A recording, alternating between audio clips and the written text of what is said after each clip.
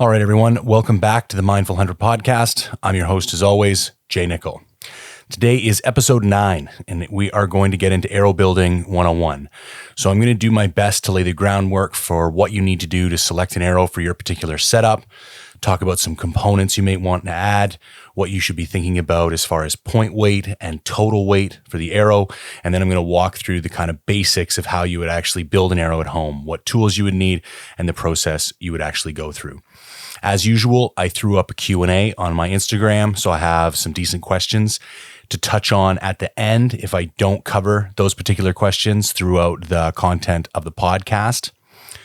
Also, thank you as always for the continued support, likes, comments, shares, subscribes on all your popular podcasting platforms. If you could take a moment and continue to do that, I would greatly appreciate it. If you need to get in touch with me to ask for some clarification or to correct something that you heard on this podcast, you can reach me on Instagram at mindful_hunter, email j@mindfulhunter.com, or YouTube mindful_hunter. So we're going to open up with the training section of the podcast as always, and I'm actually going to touch on injuries again, because it turns out that the slight shoulder injury I had was not actually a minor tear like I thought it was. It's actually a pinched nerve. So there's basically 2 locations, one up near my neck and one kind of near my rear delt that is inflamed. It could actually be a disc issue as well. The one near the top of my neck that are pretty highly inflamed, and they're basically causing pressure on a nerve. And I didn't really understand how this whole process worked until I sat down with my doctor, and he kind of laid it all out. This doctor is a chiro, but he also does active release therapy and a whole bunch of other stuff. He's kind of like my soft tissue guy. When I have something going wrong that I can't figure out, I go see him. There's a strong argument to go see a physio, but I actually prefer chiros who do ART, that's active release therapy or active release techniques, I can't remember which one, for kind of acute soft tissue issues, because their kind of specialty is opening things up that are either stuck or calcified or for whatever reason aren't moving the way that they're supposed to. And in my experience over the years, they're the guys that tend to be able to get me back in action as quickly as possible. So I went to see him thinking I had a shoulder issue, and it turned out I actually had a neck issue, and it's kind of gotten slowly worse over the past few days and week, to the point where I'm just had to take some time off training just to kind of let the inflammation die down and let my body direct its resources to where it's needed. So the reason I'm sharing this is because I didn't really understand how the whole process worked, and I think it might be beneficial for some of you guys to understand what's going on. So I'm actually feeling pain in the medial delt. So that's kind of like the cap of the delt on the outside of your shoulder that kind of leads down into the side of your arm. And I'm getting really sharp pain there, but there's not actually any injury or damage there.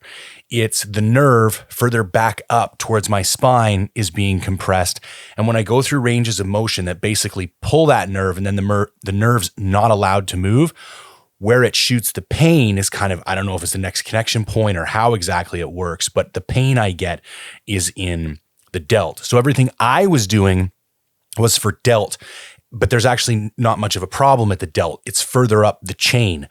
That's the other thing I find that chiros are really good at, is like following things. Rarely is the issue where the pain is. It's normally like 1 or 2 steps back from there. There's some type of compression or things aren't moving the way that they're supposed to, and that is inhibiting, proper movement patterns, and then creates pain further down the chain. So basically what he has me doing now is I go in once or twice a week, and he kind of puts pressure either with his thumb or his elbow or some other mechanism on the area where things are tight. And then he kind of forces my head and shoulder through these different movement patterns, kind of trying to like break up those muscle fibers and any other kind of, mechanism that's keeping those areas from moving the way that they should be. That's slowly opening back up. Now, on top of that, I'm also experimenting with BPC-157, which is a peptide, which are legal in Canada for research purposes. So I am using these peptides to research their efficacy on my own body. And there's a lot of research showing that BPC-157 can help It's more to do with soft tissues like tendons and ligaments. So this is kind of like I don't know if it's the exact purpose for this particular peptide, but I wanted to try it to see if I could help expedite the process. So you basically buy this peptide, it's in powder form, you reconstitute it with bacteriostatic water, and then you inject it into the problem area twice per day. And I was injecting it into the delt, but now that I realize the issue is further up the chain, I'm going to start injecting my trap and closer to the back of my neck.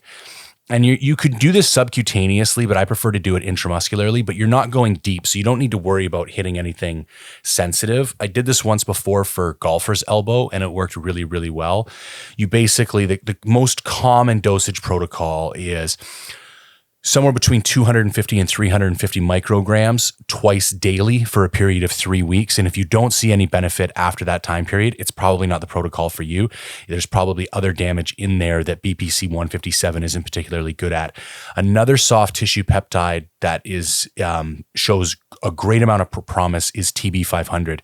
TB500 is actually on the WADA, the World Anti-Doping Association list. So that also shows up on the USADA list. The fighter Chad Mendes actually got popped for TB500, which is rather surprising. Someone in his camp must have just been a fucking idiot, because you can only produce this particular enzyme.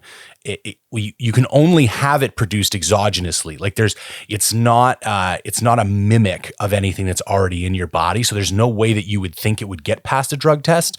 So either they're just dumb.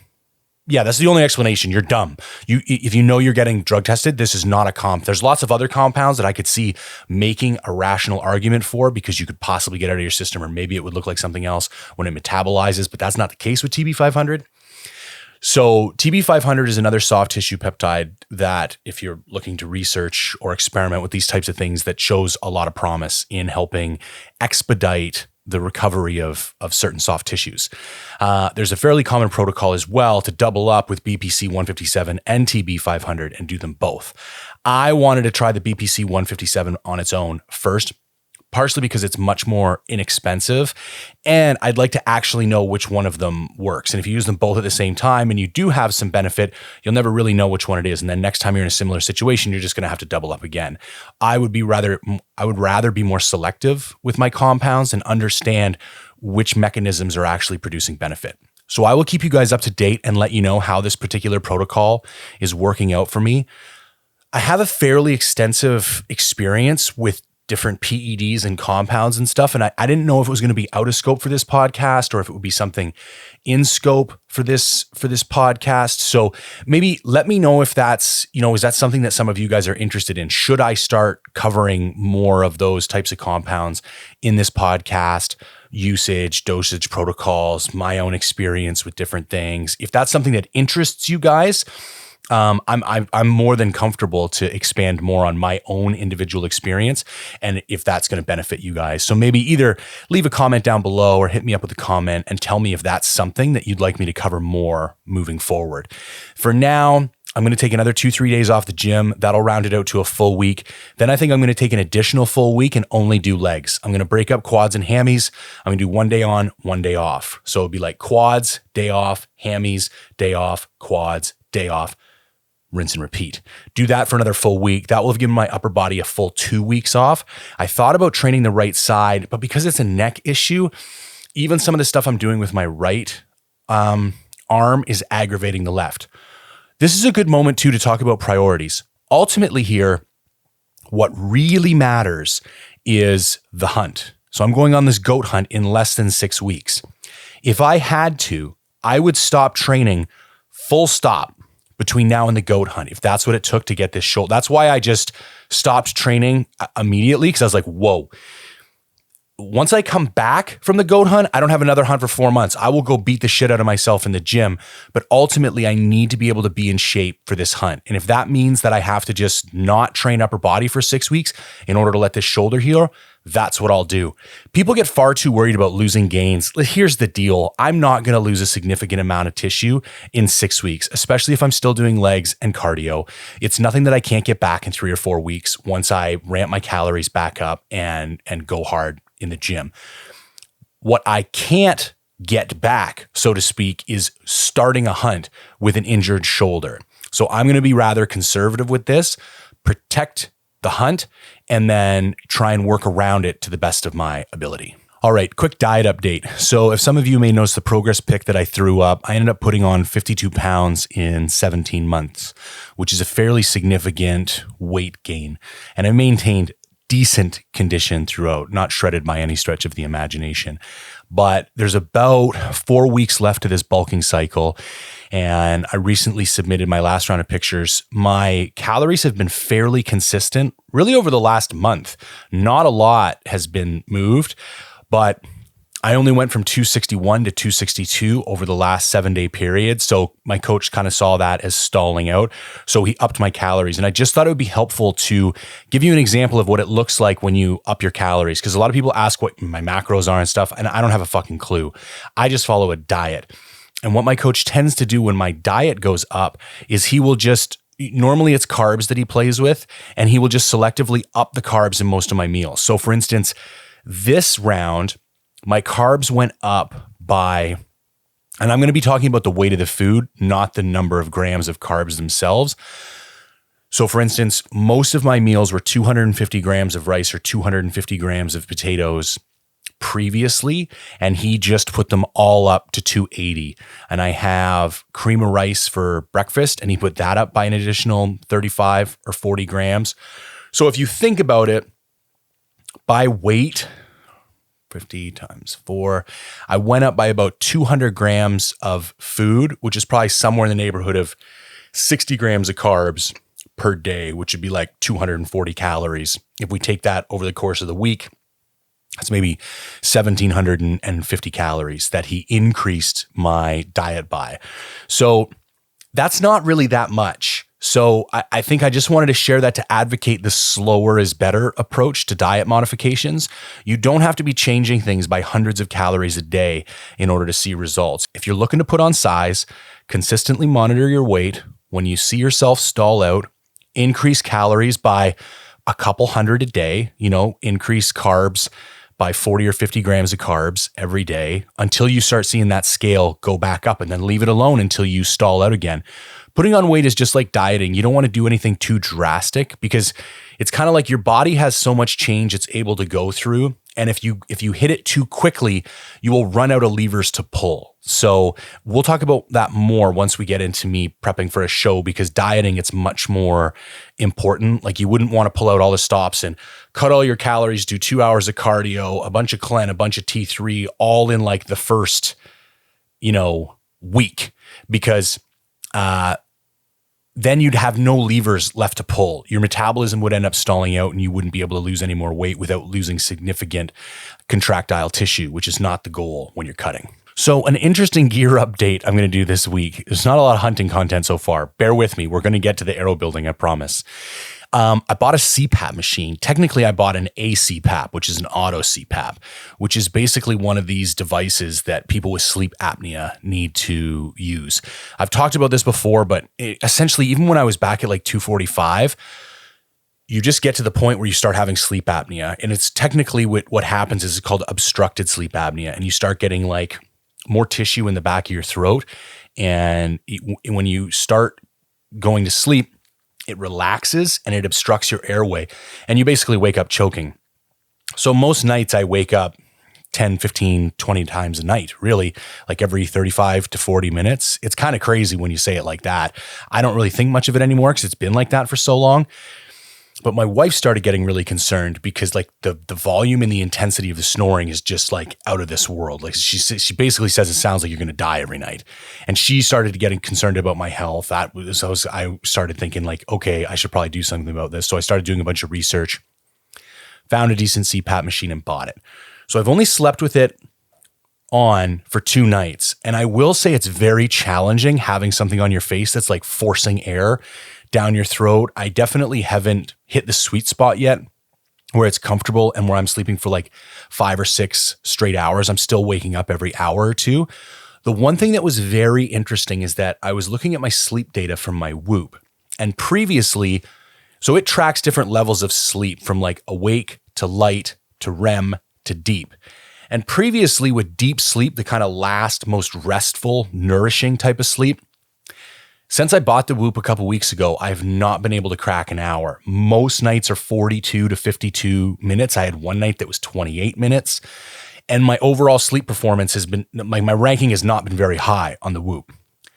Both nights with the CPAP machine on, I've gotten over an hour and 40 minutes. So I've more than doubled the amount of time that I spend in deep sleep when wearing the CPAP. And my theory is, I think I had these little micro wake-ups when I wasn't wearing the CPAP that I wasn't aware of.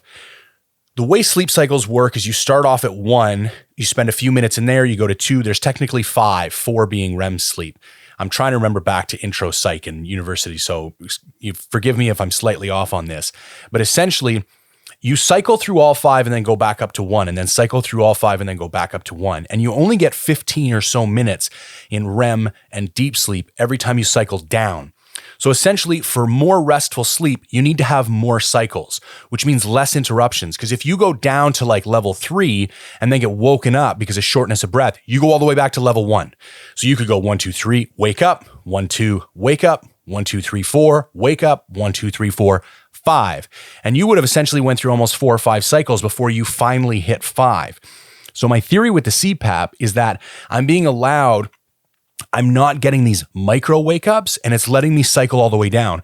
So even though I still feel like I'm waking up every hour or so, I think I'm getting through full cycles of sleep, and maybe it's when I'm naturally cycling back up to the light sleep that then I'm waking up due to like discomfort of the mask, or there's heated hoses in there and it's humidified, so it's like a bit of a weird feeling. It's not, I wouldn't say it's totally uncomfortable, but it's definitely not just like going to sleep. Like there's clearly something on your face. So it distracts you and it kind of draws your attention to it. So I'm keeping very detailed records of my sleep patterns right now, and I'll do like a more thorough review once I have like at least a month or so of data and I feel like I've really got the CPAP dialed in. If anyone is going to get one, I highly recommend an auto CPAP. Basically, this automatically adjusts the amount of pressure required. It tracks your breathing, like monitors it real time. And then it has software in there that will change the pressure based on the feedback that you're giving it. It's quite dangerous to use a CPAP without doctor's prescription. So typically what you would do is you would go to a sleep clinic. They would monitor your sleep. Based on that, they would write you a prescription of sorts, which is basically like the set of instructions for the CPAP machine, which would be like how much back pressure in a bunch of different settings that would set the CPAP up to give you what you need for your particular type of apnea. I didn't do that, of course, because I'm always trying to figure things out on my own, probably ridiculous and, pretty fucking stupid. But because of the auto CPAP, you can kind of figure it out yourself with like a bunch of different settings and just like playing around with it. But without that auto function, this is like the next generation of CPAP machines. It can be pretty dangerous. So I don't recommend buying a first gen CPAP machine. If you're going to do something on your own, get a auto CPAP. I got the Philips Respironic Dream Station. It's the auto, and it has the humidifier in it. I highly recommend the humidifier. I didn't know it had the humidifier in it the first night, and I woke up with a really dry nose a couple times, and then read more instructions the next night and realized there's like a little bucket to pour some water in the back, and it's just real light humidification in the hose, but it's more natural, and I did not get the same dry nose feeling the next night. So I will keep a bunch of records, and I'll do a more thorough review up on that. But if you're having heavily disrupted sleep, I would really look into something like this or another solution because I think you're probably robbing yourself of a lot of quality of life. I know it's just starting to get to the point where I'd wake up and feel like I wasn't sleeping at all and I was slowly losing my fucking mind. So I'm hoping once I get this whole thing sorted out, I will be in a slightly better place with my sleep patterns. So I'll keep you guys updated. Okay, the next thing I want to talk on is draw information updates. Now that we're in active draw season or draw application season for some of the Western states, I want to start off each podcast with like a little update of what my strategy is and what I'm doing, because I realized although I gave a good high level overview in the 2-part series, how to apply for Western big game hunting for Canadians, I didn't really give a lot of good micro strategies, like how to actually play the states off of each other. So here's a perfect example of how to do that. So right now, Wyoming is open to apply for the draw.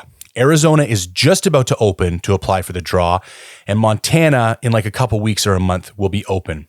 But I wanted to share an exact strategy about how you can play these three states off of each other. The way Wyoming works is it has a modification withdrawal date, and that is May 10th. So even though you have to apply for Wyoming before the Arizona results come out, after the Arizona results come out, you are still able to technically withdraw your application from Wyoming at no penalty. You can use Montana the same way. So let me walk through this in real time. Arizona opens. It closes on February 11th. It draws on March 8th. So I go into Arizona, I shoot the moon. I go for like ultra premium archery elk tag, middle of the rut, super low odds. Now, those results do not get released before Wyoming gets released. However, I apply for Wyoming while I'm waiting for Arizona. Then Arizona comes out. If Arizona comes out and I get a tag, I can still modify or withdraw because the Arizona comes out March 8th. I have until May 10th to withdraw my Wyoming tag. The reason this is important is that there are no returns in Wyoming. So if there wasn't this modification withdrawal date, you could potentially draw 2 elk tags and then you'd be stuck either having to get a shitload of time off work or just bailing on one. Further to that, Montana then opens and closes on March 15th, and the results come out April 20th. So if Arizona results come out on March the 8th, I don't have to apply for Montana until after that because it doesn't close until March 15th. So I have a week after the Arizona draw results get released where I can still apply for Montana. Now here's the crazy part. The Montana results come out on April 20th, which is a full month before the modification withdrawal date for Wyoming, which is May 10th. So technically, I can do the same thing with Montana that I did with Arizona. I can apply in Montana. The results are going to come out. If I do get the Montana tag, I withdraw my Wyoming application. If I don't get the Montana tag, I leave and that's my safety bet. Like I know I have enough points for a general tag in Wyoming that I know for a fact I will draw. So I put in for a super premium hunt in Arizona. If I get it, I don't have to apply anywhere else. I can withdraw my Wyoming tag. If I don't get it, I apply in Montana. If I do get that tag, I withdraw in Wyoming. If I don't get that tag, I leave my tag and get my sure thing in Wyoming. So that way I'm applying for 3 states for really good tags. I have good odds in 2 of them, and I have 0 chance of getting stuck with a tag or having to burn a tag. So there's an example. It's pretty rare that it works out perfectly like that. Like the rest of the season, there's not really such a clear-cut example as that. But these are the kind of things you want to, if you're going to play multiple states off of each other, this is the kind of shit you have to pay attention to and look for like these little arbitrage opportunities. All right, now that we've got all that out of the way, let's dive into the actual arrow building content. Right out of the gate, I want to be clear. I would say this is a guide aimed at beginner to intermediate archers and arrow builders. If you're an expert, maybe it's worth listening to because maybe there's a couple pointers in here you can glean from. But I am by no means a Levi Morgan, Aaron Snyder type of guy. I'm like an average Joe archer that's just kind of figured shit out on my own. I think there's benefit to learning things from a guy like me though, because I still know the things that guys like you got stuck on, whereas the experts take a lot for granted. So I just wanted to be clear with that. I'll do my best to not make any mistakes, but if you know more than me and you want to leave a comment that I messed something up or there's a slightly better way to do something, I think we would all benefit from sharing that knowledge. So please feel free. I just wanted to be very clear about that so I don't try and come off like somebody that I'm not. Also, for all of my archery needs, I buy literally everything from Lancaster Archery Supply. They always have everything in stock. Their shipping is super cheap as long as you buy over $100 or $150 worth of stuff, and it gets to Canada relatively quickly. There really is no decent archery shops in Canada. I know that seems ridiculous. Maybe you live by one that's better, but I live in Vancouver, and I'm just going to be completely honest. The archery shops here are shit. They're kind of either focused on recurve guys or target guys. There's not a single decent hunting shop within 3 or 4 hours. I would say the best one is Riverside Archery down in Washington. I've been there a couple times. Those guys are amazing. Great bow techs, lots of equipment in stock, but there's nothing in the lower mainland. And the few guys I did deal with, I'm not going to name names, but I was really, really disappointed at the lack of actual hunting archery information they had. Like, I got an 80-pound bow back and it was pulling 71 pounds. And the guy was like, well, I'm not strong enough to pull back an 80-pound bow, so I just guessed. I was like, you got a fucking draw board. Like, you don't need to pull it back with your hand, you fucking idiot. Anyways, there's a lot of stuff that goes on. Like, he wouldn't paper tune a bow because he only thought it was important to group tune. And I'm like, that's because you don't shoot with broadheads, you numbtard. So there's a lot of stuff that goes on at bow shops that's why I finally just bought my own press, built my own arrows. I do everything at home now because it was the only way that I could guarantee the quality that I wanted.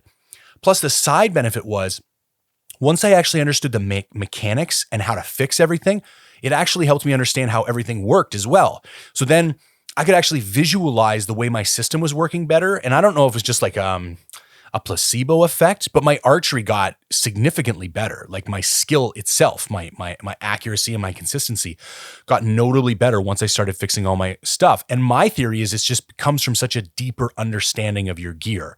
Like, when you understand it better, you're able to use it better. So that being said, I order everything from Lancaster Archery. I fully support, learning how to do these things on yourself. The only thing that's really expensive is the bow press. And if you're in Vancouver and you want to work on your bow, just shoot me a DM. You can come use my bow press for free because I don't use it that much because I only have one bow. So as long as everything's in tune, it kind of just sits in the corner. I actually had this idea of trying to find a few hunters in the lower mainland that wanted to chip in like $200-300 a piece and just rent like one of those little offices or one of those little warehouse spaces, like one of those, you see them all the time. They got like one big garage bay and then like a little office, and they rent for like $1,500 a month out in Coquitlam and shit. And I was going to try and find like a half a dozen guys to chip in on one of those, and we could each, bring whatever equipment we had. Like, if one guy had, bullet loading equipment and I had the bow press and some other archery tools. And if it was such a small group of people that you could just trust everybody, then everybody would have access to this like shop and use it 24/7 whenever they needed to. And I'm still playing with that in the back of my mind. So if you're in the lower mainland and something like that appeals to you, let me know, because I'd be totally down, especially with all the YouTube stuff I'm doing now. It'd also give me a place to shoot YouTube videos. So yeah, anyways, that's kind of off topic. Lancaster Archery, highly recommend it. Bow shops in Vancouver, highly do not recommend them. I went through a few different kind of strategies about how I wanted to break this information down, and there's really no way to talk about it in a linear way perfectly. So first, what I'm going to do is give you an exhaustive list of everything that you have to have in order to build your own arrows. And some of that information is going to seem a little complete because we're not going to be able to talk about the exact specifics, but then we're going to go back, and once we know everything we need to build it, then we can talk about, arrow selection, component selection, point weight, and all like the kind of intricacies of arrow building. And I should say that even the term arrow building is a little bit misleading. It's almost like arrow design and then arrow construction, because half of it is deciding what you want your arrow to be. Is it going to be an equally weighted heavy arrow? Is it going to be a high FOC arrow? Are you going for a fast arrow? What do you want for point weight? Are you going to be using mechanical or fixed? How many vanes do you want? What material do you want for vanes? Are you going to use a wrap? How long is it going to be? Like, those are all design related questions. Once we answer those questions, we'll have a list of materials. Then I can walk you through how to actually put those materials together and build your arrow. So I guess using that framework, first I'm going to go through the list of tools and equipment that you need. Then I'm going to go through how we can successfully design our arrow and select all those components. Then I'm going to go through how we actually physically build the arrow, which is incredibly simple, actually. Once it's like you're like gluing a couple things to a stick. It's really all there is to it. So with that said, let's dive right into it. So up first, arrows. I like Black Eagle Rampage. I think Easton Axis are another nice arrow that you can buy. I'm not a huge fan of super skinnies, only because I have issues tuning them. And Rampage and Axis, although they're not cheap arrows, I would say that they're my version of a reasonable arrow. Kind of bugs me when people have issues, spending $150 on a dozen arrows. It's like, how many animals do you plan to kill with a dozen arrows? Like, and it bothers you just like, what does it cost to go on a hunt? And you would, try and save 20 or $30 and take a serious degradation in the quality of the construction of your arrows. Just doesn't make any sense to me. So I'll say right now in Canadian, like it probably costs me, depending on the components and everything, like $250 to build a dozen arrows. That's with components and everything attached to it. And I'm okay with that. That's $20 an arrow. Seems a little bit steep when you say it like that. But if you think about it, if you're not losing them at the range, like I can get through a season with a dozen arrows, no problem. That's practicing, that's hunting. I've had seasons where I've shot 4 animals with arrows, to tell you the truth, and I can reuse all 4 arrows. I've never actually broken an arrow on an animal. I've even accidentally shot an animal with a broadhead that already went through another animal without resharpening it, and that wasn't a problem either. I really like Rampage and Axis. There's lots of other great options out there, but if you just want to start with something, you can't go wrong with either of those arrows. I buy what's tend to be called match grade. So you're going to be looking for a 0.001 straightness tolerance and a 0.05 grain tolerance. This is essentially the best of the arrows. So when Black Eagle makes 10,000 Rampage arrows, they spine test and weight sort each arrow. And then all of the arrows that have 0.001 straightness deficit or less go in the grade A pile. The 0.003s go in the grade B pile. And I think they even have 0.005s, or they might just cull everything after that. Then they weight sort the A pile. I think they also weight sort the B pile, but it's like a greater, the tolerance is greater. It's a 0.5 grain tolerance. So that means when the blank arrow, which is 32 inches long, there will only be 0.5 of a grain difference between each of the arrows. The reason that this is important is that I used to try and save weight with cheaper arrows, but then when you get into spin test them or weight sort them, there'd be these like drastic differences, or they wouldn't spin true. And you'd kind of basically end up throwing arrows, or just have like a big pile of like shitty target arrows. And you'd end up buying, in order to make a clean dozen, you'd end up buying 17, 18, 19, 20 arrows. Now, obviously, you're not going to buy 20 arrows. You buy them by the dozen for the most part. But I'm saying, like, over the course of a couple of years, you would end up kind of burning 30 to 40% of your arrows because they weren't high enough quality. So even though those arrows are cheaper, by the time you cull the shitty ones, you haven't saved yourself any money. So I did the math. You're better off just buying the grade A arrows. So I think with the Easton Axis, they're called the match grade. And with Black Eagle Rampage, they're called the 0.001s or the 0.05s. And that is what I recommend you focus on, because it's better value for your money. And it's also, you're just going to have a higher quality arrow when everything is done. I'm going to discuss spine selection later.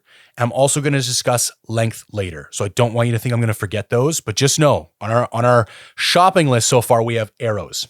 Up next, components. Now there are an endless list of components from a variety of manufacturers, and lots of people make really good stuff. I've gone through 4 sets of components. I have finally settled on the iron will components. They're not cheap. They're expensive. Bottom line, I'm not going to bullshit you.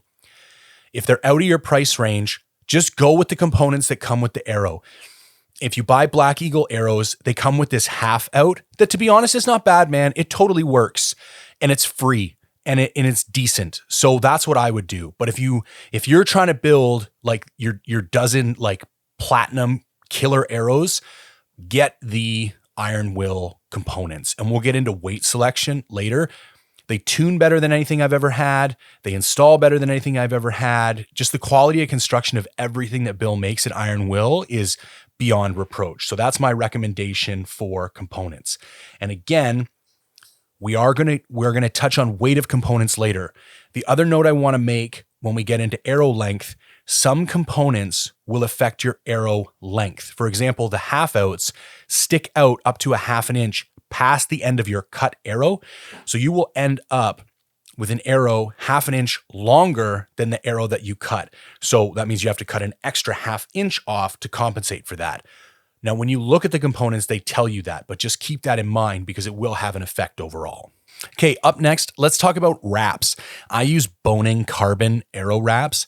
I'll be honest, I primarily use them for the visual component. I find the contrast between really bright colors. I use a fluoro yellow for my wrap and a fluoro orange for my veins, and it just sticks out really well in most backgrounds. It makes my arrows easier to find. It also makes it easier to revein arrows because you can de-wrap. There's like a stripping tool you buy, and it makes it easier to clean the arrow and just install a new wrap, and you have a fresh, clean surface. The one caveat to that is it makes single vein replacement almost impossible. I used to not use wraps, and if let's say you tore one vein, it was pretty easy to get rid of that vein, clean that one bit of surface, and just refletch that one vein. You can't really do that with wraps because you can't scrape the glue off of the vinyl of the wrap. It just ends up ripping the wrap and the whole thing goes to shit. So you just end up ditching all the veins, stripping the wrap, cleaning the arrow, rewrapping it, and reveining it, which probably ends up in a better product in the long run anyways. And as I have vein injuries, I just stick them all in a pile. And once I've got like a 6 over there, I run them through all and refletch them all at once. Now for veins, I've gone through a bunch of different ones. The ones I've finally settled on are the AAE hybrid 2.6s.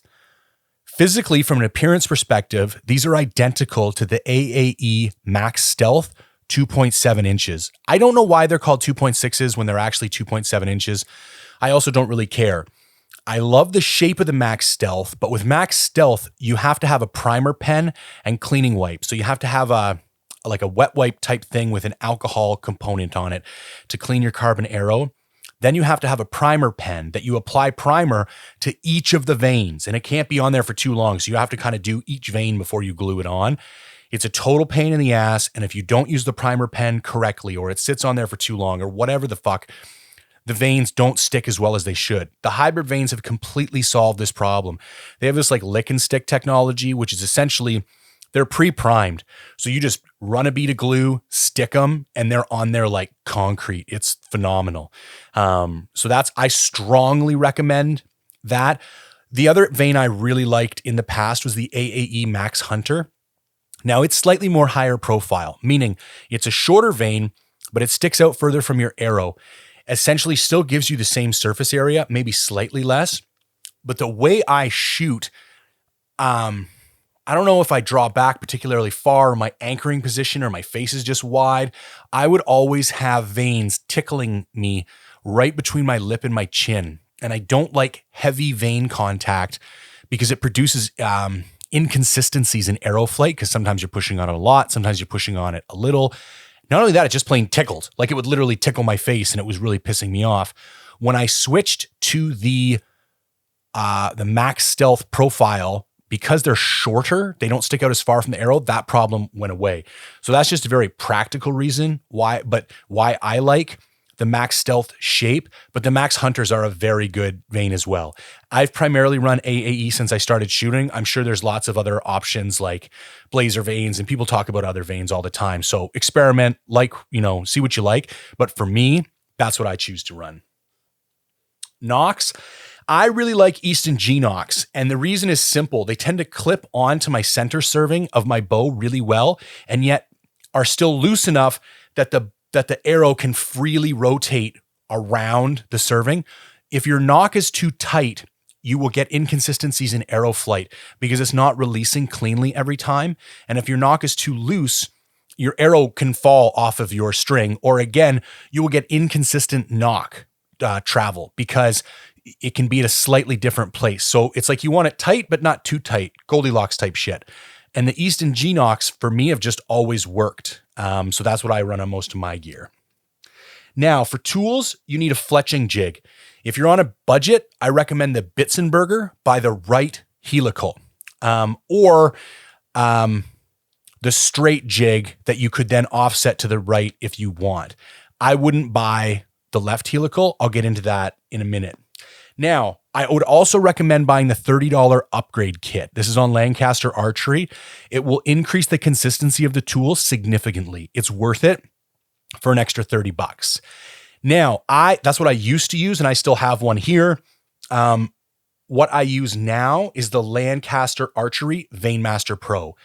It's really expensive. It's like $300 or something, but I think it's worth it. It is a really high quality tool, and the consistency of my vein application has gone up tremendously. You also have a lot more configurability. You can customize the vein application in a lot more ways than you can with the Bitzenberger. So if you've got the cash, go with the Veinmaster Pro. If you don't, go with the Bitzenberger. Glues. I highly recommend AAE Max Bond for your veins and AAE Max Impact for your inserts. That's what I've always used. I've never had issues with either of those adhesives.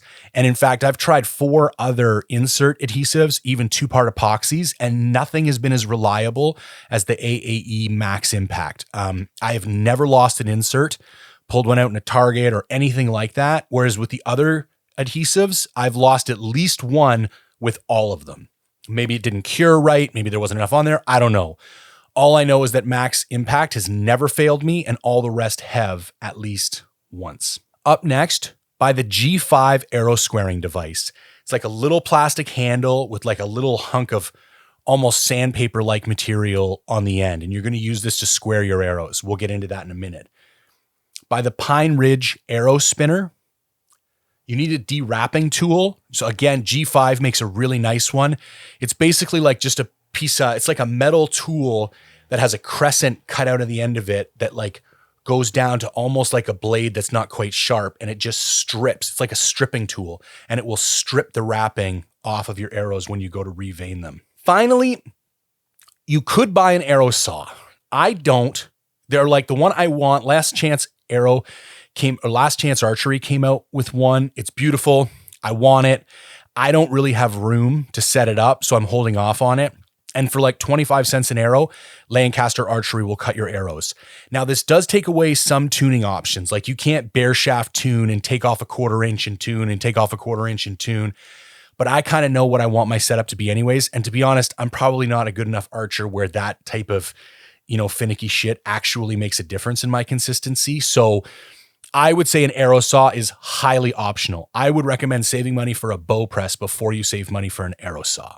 But if you got tons of cash, fuck it. Last Chance Archery makes a really nice arrow saw. Okay, now that we have all our tools and our equipment out of the way, let's talk about the actual design of the arrow itself. So first things we're going to do is start with the spine. That's going to be the base of our kind of recipe here. I recommend going to the spine chart for your particular arrow manufacturer. All spine charts are built assuming you have 100 grain point weight. Some spine charts will have some manufacturers will have 2 spine charts, like 100 and 125. I have yet to see one that's ever gone over 125 though. It will also incorporate your draw length. So what I recommend doing is going to your draw length, your bow poundage, and then seeing what your spine should be. And then because I'm going to advocate for a heavier point weight, go up one. So if the chart says 350, go to 300 or 250. Like if you're in the lower end of the 350, I'd go all the way to 250. If you're in the upper end of 350, you could go to 300. You're also going to be somewhat limited here by the choices that the manufacturer offers you. For example, not all manufacturers have spines every 50. Sometimes they jump by 100 or even 150. So once you've decided at your spine, we're going to bump up one for safety because like I discussed on a previous episode, you're better to be overspined than underspined. Best case scenario, you're perfect, but in the real world, a little bit of extra spine isn't going to actually produce any errors in arrow flight for the most part.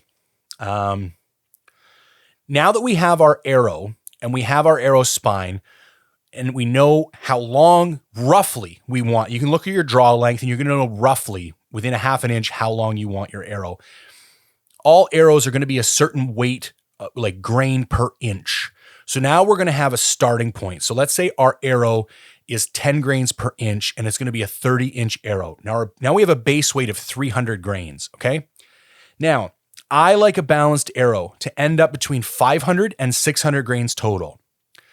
I would say the longer your draw length is and the heavier your bow, the heavier your arrow can be. So I'm an 80-pound bow with a 30-inch draw length. I can be up at 600. If you were a 70-pound bow with a 28-inch draw length, I'd say go towards 500. If you're anywhere in between, go somewhere in between. So once we have our arrow and our length, now we can use our components to hit whatever final weight we want. So once we've weighed out all of our vanes, our wraps, our nocks, and everything else to do with the arrow, the only thing left is the components at the end. So let's say the goal is a 550 grain arrow. And we have, let's say, a 350 grain bare shaft total. And let's say by the time we put on all of our vanes and wraps, it's another 50 grains, which is approximate. Most vanes weigh between 8 and 12 grains. So that's going to get us in the neighborhood. So now we have 400 grains of arrow with nothing on the end. I wanted to get to 550. So now what I'm going to do is between my components and my point, I am going to get it to another 150. I would probably go with 50 grain components and 100 grain point weight, or 25 grain components and 125 grain point weight. Also, once you start shooting a lot and building up like lots of broadheads and other stuff, you're going to kind of be locked in. Like all my broadheads, my mechanical, my fixed blade, everything I own is 125 grain broadhead, which means I tend to just adjust my component weight because it's cheaper to hit what I want to hit. I personally run 50 grain components with 125 grain broadhead or field tip. That's the other thing. You're going to need to buy field tips and broadheads that weigh the same, obviously, so that your arrow shoots the same way when you're practicing or when you're hunting. Now, you can kind of mess with this to a certain degree. The shorter you make your arrow, the stiffer it will be. So for instance, I went from a 30-inch arrow to a 29.5-inch arrow because I realized I still had some room to play and I wanted my arrow to be a little bit lighter and a little bit stiffer. So by shortening your arrow, you can make it stiffer. By adding weight in the rear, like for instance, putting on a 15 grain wrap, makes your arrow stiffer. Weight in the rear stiffens an arrow. Weight in the front loosens or weakens an arrow. Hence why I told you if you're going to go above 100 grain point weight, you need to add stiffness to your arrow, which is why we're going to drop down one block on the spine chart. So now essentially we've got everything we need to know. We've chosen the spine of our arrow, the length of our arrow, the components that are going on the back, and then the weight of the components up front. Now, you do have some options between 3 and 4 vane. You could do up 2 batches and go and shoot them and see which ones you like better. I shoot fixed blade. 4 vanes will correct a fixed blade arrow flight faster than 3 vanes. And I've got so much horsepower with the 80-pound bow, I just shoot 4 fletch. Now, there is an issue that you could be creating more of an opportunity for wind drag, which could impact arrow flight. However, I am prioritizing the corrective abilities of the vanes over the potential wind drag component of the vanes. And in my experience, it's worked really well. My broadhead flight increased significantly once I put 4 vanes on the back. So that's my recommendation. If you don't know what you're doing, just put 4 vanes. Here's another very practical pro tip. It doesn't matter how you knock a 4-fletched arrow. Just stick it on. It will always be in the right position. That is not the case with a 3-fletched arrow. You will always have to make sure the cock vane is up, or you could get like vanes interacting with your cables or bus strings and other weird shit going on. And I've been in the moment hunting before and stuck an arrow on the wrong way, take it off, put it back on, you're shaking, shit's going crazy. So for me, that advantage alone is enough of a reason to go with 4-fletch because it really adds to the simplicity of your setup. The simpler we can make shit, the more reliable shit will be. All right, now we know everything we need to actually make our arrow. How do we actually build it? So like I said before, I have Lancaster cut all my arrows for me. I know exactly how long I want them to be. If this is your first time building arrows, Just measure some of the store-bought ones you have that you know work for you. If you think they're a little long, you can go a little bit shorter. If you like them, just get them cut the same length. I was going to say you can't have an arrow too long, but it is weaker the longer it is. So you do need to keep that. But having an extra 1/2 inch to 3/4 of an inch of arrow at the end is not that big a deal. Cutting off an inch too much is a big deal because it won't fit anymore. So if you're concerned, go a 1/2 inch or 3/4 of an inch longer because at least it will still work. And then the next, you're going to build round after round after round of arrows as the years go by. So the next dozen you buy, shave off a 1/2 inch, see if you like it better. Like it's a minimal difference and you can experiment with it as time goes by. So we're going to have Lancaster cut our arrows. Immediately, I'm going to spin test them right out of the gate because then I can choose which end I want to put stuff on. It doesn't really matter, but it's just to get a good idea about how straight my arrows are. Even with the .001, I still get 2 or 3 that aren't great. And I like to see that before I can put my components on so that I know my components aren't what have introduced an inappropriate spin to the arrow. Because I'm going to get into this, but if your ends aren't square and you don't apply things evenly and true, that can make your arrows spin after the fact, spin incorrectly after the fact as well. Spin them all, then we're going to square them all. I like squaring both ends. Some people don't square the knock end. That's up to you. You basically grab, it's a fairly finicky process. You basically grab your squaring device and you just roll the arrow back and forth and it shaves like a microscopic amount off the end. Here's a pro tip. Carbon arrows are black. Buy yourself a silver Sharpie. Take the silver Sharpie and cover the end of the arrow in silver Sharpie, not the side, the face. You will know you're done squaring when all the silver is gone. And you'll actually see how unsquare your arrow is because as you square the arrow, you're going to have silver disappear from one part of the arrow face before the rest. So we square all our arrows. Now we prep and wrap all our arrows. So I wipe it all down with some kind of wet wipe or alcohol solution on some pads. I put the wraps on all the arrows. I install vanes before I install components. Doesn't really matter which one you do. I also like to leave some cure time between each step. So I install all my vanes. When you're installing vanes, I highly recommend doing a dry run first. You need perfectly flush contact with the face of the vane and the edge of the arrow in order to ensure good adhesion.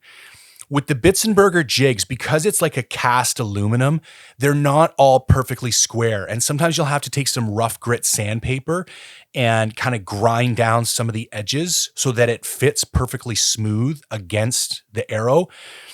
So I always do a couple dry runs first and make sure, like I watch as the vane contacts the side of the arrow, and I make sure that the entire vane is contacting at the same time. And that will give me a flush, good, adhesion.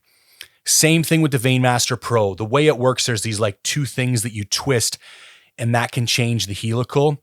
Now for helical and offset, I like 2 to 3 degrees with or without right helical. If you're going to go right helical, you could just do a degree of offset. It doesn't really matter. At the end of the day, I like a moderate twist to my vanes. Whether you achieve that through offset or helical doesn't fucking matter. There's a lot of people who may argue on that or going to get into the finer points. At the end of the day, you are just incentivizing your arrow to spin to the right. And as long as there is some twist to those vanes, that will happen. If you're Levi Morgan, you're probably going to worry more about this. None of us are, so don't. So a little right helical with a little bit of offset is what I normally shoot for, and that's worked incredibly well for me throughout the years. Now, once we have done a dry run of our vanes, I do 3 drops of glue per vane. So I'll do a drop at each end and drop in the middle, and then I just run the tip of the adhesive bottle up and down the vane to spread those out. Less glue, the better.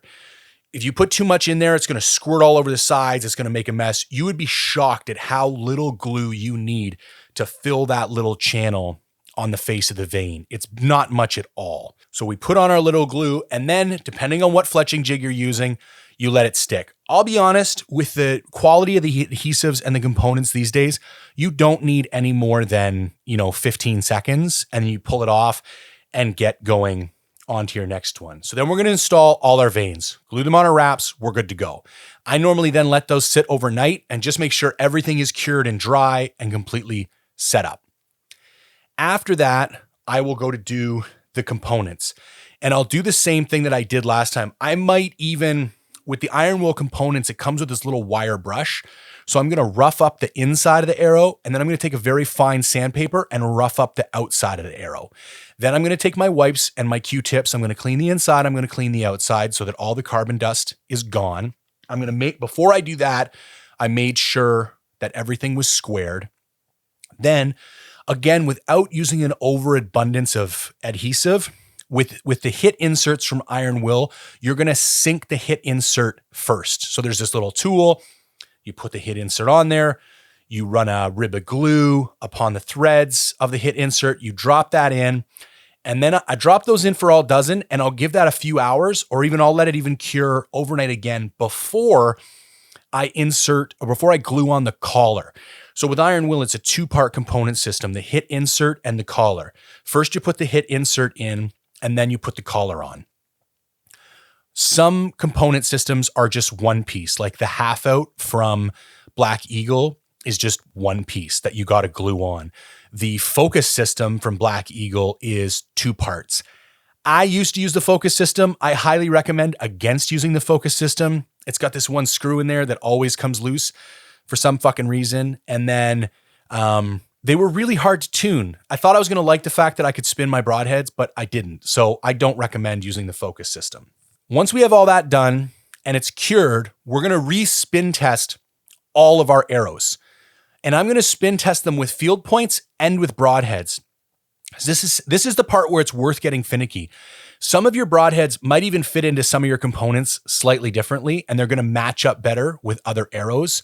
So if I get an arrow that's not spinning exactly perfect, I might try 2 or 3 broadheads or two or three different field points just to rule out the fact that it might be the field tip or the broadhead causing the inconsistency and not the arrow itself. If it's not, you can bend some of the inconsistencies out of an arrow. So pay attention to the way it's spinning, put it on your table, give it a press. Sometimes I haven't had great luck with that, but sometimes that works. Because I use such high grade components with the arrows and the components and the adhesives, I find even my worst spinning arrows are still acceptable for target practice. So out of a dozen, I'll normally get 8 or 9 perfect arrows. Like I'm talking fucking perfect, like NASA engineer design shit perfect. Then I'll get 2 or 3 that are like, it's all right. It's not perfect, but it's all right. I put little marks on all my perfect ones, and those are the ones I always take hunting. The other ones I use for practice first. So if I break an arrow, miss a target, something happens at the range, I'm losing one of my imperfect arrows, not one of my perfect arrows. And every time I go hunting, I make sure I have at least a quiver full of those perfect arrows, and probably another half a dozen either in my backpack or at the truck. That's essentially how you build arrows. I'm sure I've glossed over some points that might have been important for some people. I've got some questions here I'm still going to dive into. I was very intimidated when I first went to build my first batch of arrows. I thought it was going to be very complicated. It's not. I'm really glad that I decided to get into it because I feel like I have much higher quality gear now that I'm building it myself. So I would urge you to just pull the trigger, man. If you need to hit me up on Instagram or email and you want a little bit more clarification or you're a little bit nervous about which components to buy, at least just get started. All right, let's get into some of these questions that people asked. So Corey Wilson says, which archery supply store would you recommend north of the border? The answer is none. Order your shit from Lancaster. You're better off. Mark Murdoch says, necessary equipment. We already went through that. Downtown Pauling Redneck says, 516 grain arrow with 100 grain heads. Would you go with a heavier head? Now, at first glance, my answer was yes. I wanted him up at 150. Then I messaged him back and found out he actually also had 75 grain components with a 100 grain head. So in order for us to all be on the same page, I want you to think about point weight to include your components. Point weight is going to be everything on the front end of the arrow. So he should have said, I have a 516 grain arrow with 175 grains up front. If he'd have said that, I would have said, perfect setup, love it, don't change a goddamn thing. If it had only been 100, I would have said, add another 50 grains up front. But as it stands, it's a great setup. He also said he's looking to upgrade broadheads anyway. Because he already has Easton components weighing 75 grams, I recommended the Iron Will 100 grain. There's really no need to have 200 grains up front with his setup. That would be overkill, and in my opinion, would be too much FOC. Lucas asks, what do you run for big game? I only hunt big game. My setup is a Black Eagle Rampage, AAE hybrid vanes, boning, carbon wraps, Easton G-Knock, 50 grain stainless steel Iron Will components, and a solid 125 grain Iron Will double bevel broadhead, not the new single bevel. Zach asks, what is the best arrow for a bow? For example, weight, draw length, how heavy does my arrow need to be? We've gone through all of that, so just go listen to the podcast and go look at the spine chart for the arrow that you want to build. And Brass to Knock says helical or not. I would say yes to helical, but if you can do an offset and you don't own the gear to go helical, that also works, so that's okay too. Okay, guys, I am going to wrap it up there. I hope that was beneficial and cleared up some stuff for everybody. As always, if you want more clarification or need more information, please just drop a comment below, shoot me an email, or hit me up on Instagram. And if you could take a minute to like, comment, share, or subscribe, that would greatly help me beat the algorithm demons and get this thing ranked up a little bit higher. All right, have a good one. Thanks for tuning in.